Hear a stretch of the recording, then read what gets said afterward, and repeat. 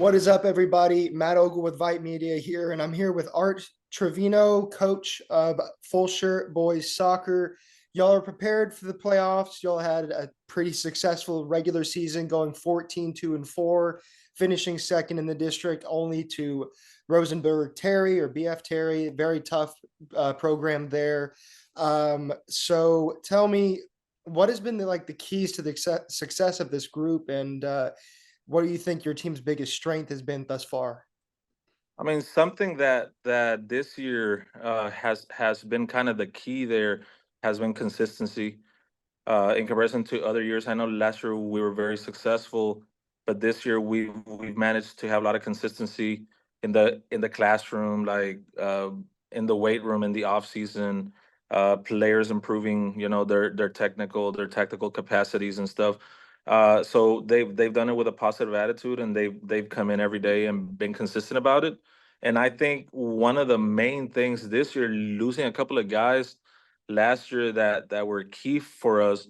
One that graduated, one defender that was like an all-stater for us, and then our second leading scorer, we lost him due to injury.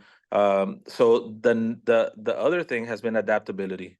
Like our boys have had to play multiple positions. They've had to change the positions that they've been playing or the positions they play at club.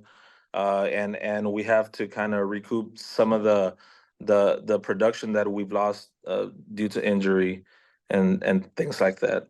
Well, I mean, yeah, it's great for a program to be able to kind of roll with the punches, so to speak. And I mean, injuries, that's part of the game, especially if you have tournaments and doing consecutive games one after the other and not a whole lot of time to rest.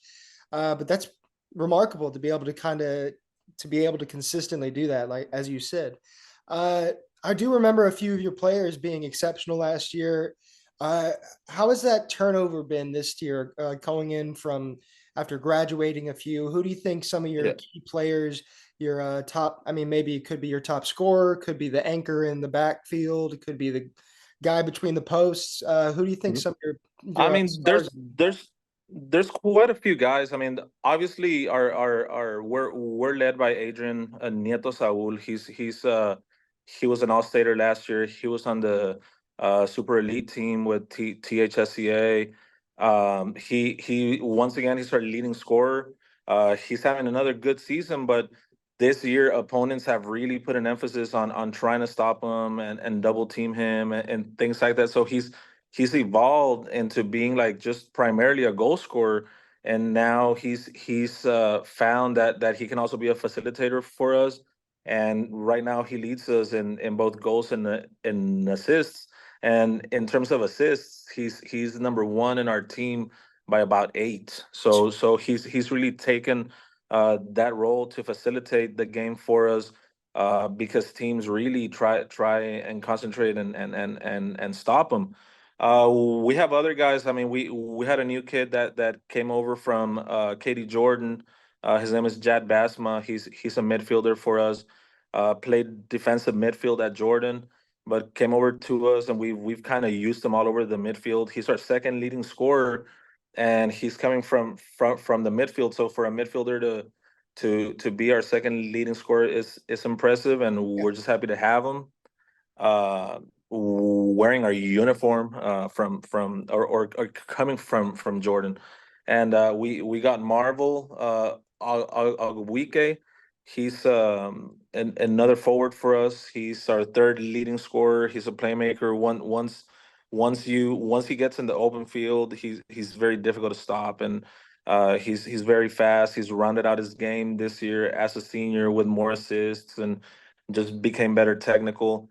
Our goalkeeper for the whole year has been Cooper Fix. He's played every game, and he's been very steady in his first season as started. He's a junior, and I feel he's only getting better. He's just been improving with every game, with every rep. And the last thing I wanted to say is we got a trio of like sophomore players: Jesus Alvarado, Jesus Vasquez, and Rodrigo Troconis, who are they pretty much every night come and play three different positions for us, whether it's defensively and stuff, and they do it with the right attitude, and have a team first attitude, and it's all that I can ask for, and it's helped our team be successful.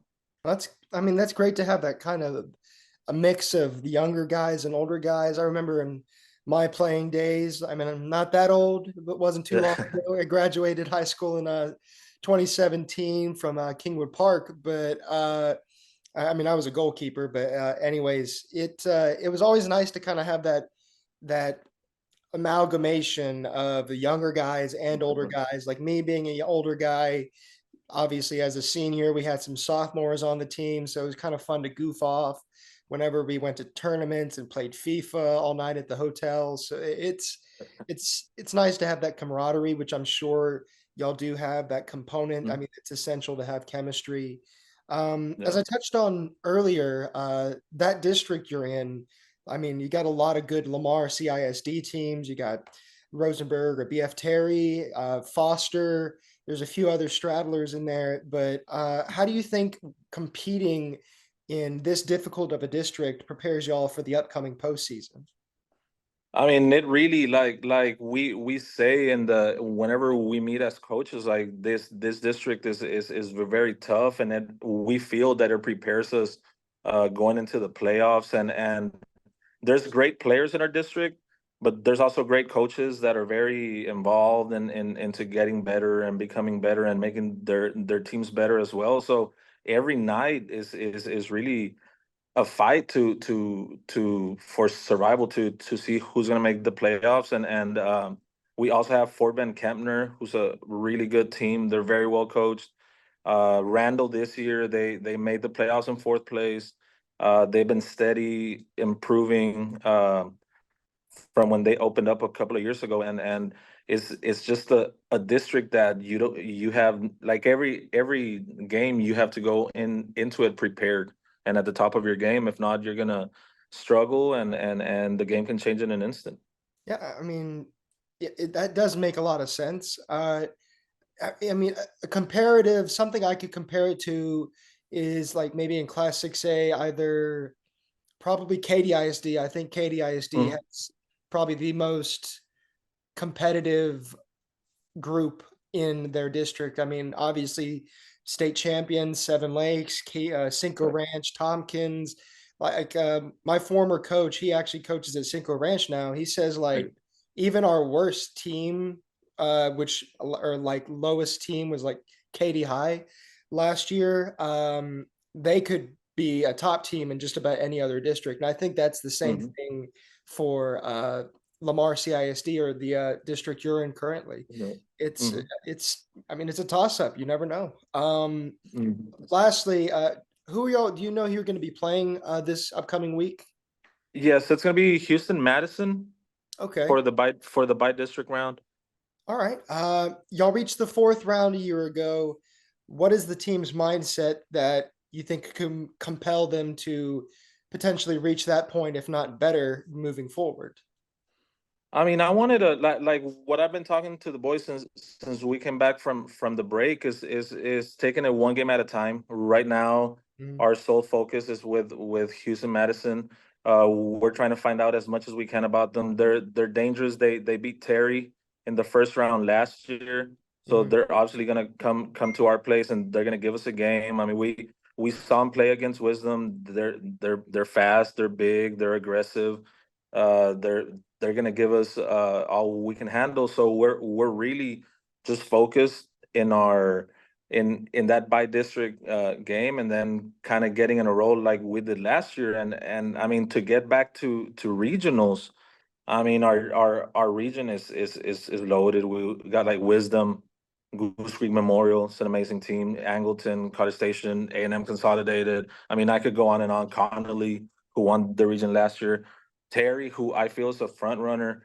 They got an amazing team. We just want to take it one game at a time. We know that every game is going to bring something different, but we're not jumping ahead. I feel like if we jump ahead, we're not giving the respect that each round deserves, and it's just not smart to look ahead. And I mean, now that we're in the playoffs, we got to be of the mentality of just creating that mentality that is going to push us beyond our limits. Like is we're gonna have to make that slide tackle inside the box to save a goal. Stretch even more to get a fingertip saved. Make a sprint in overtime in the last minute of overtime, like if it's the first minute of the game, and you have to be willing to sacrifice, and you have to be willing to leave no regrets out on the field, like each game. So we're focused on Madison, and hopefully if we're successful there, we can move on, and then we'll tackle the next one. Yeah, I mean, yeah, you got to have a short memory in soccer, and that makes sense. Yeah, well, one game at a time. That's all you can do, and well, we're rooting for y'all. I mean, Houston Like, Madison, like you said, a good program. It should be a very interesting matchup to keep our eyes on. Well, thank you so much for your yes, sir. time, Coach. Thank Like I you. said, we're gonna be watching. So good Okay. luck this upcoming week. Thank you, and thanks for all the coverage, and the boys really appreciate it, and their parents as well, and we just want to thank you guys for all you do. Thank you so much, Absolutely. Matt. All right, we appreciate it. Thank you.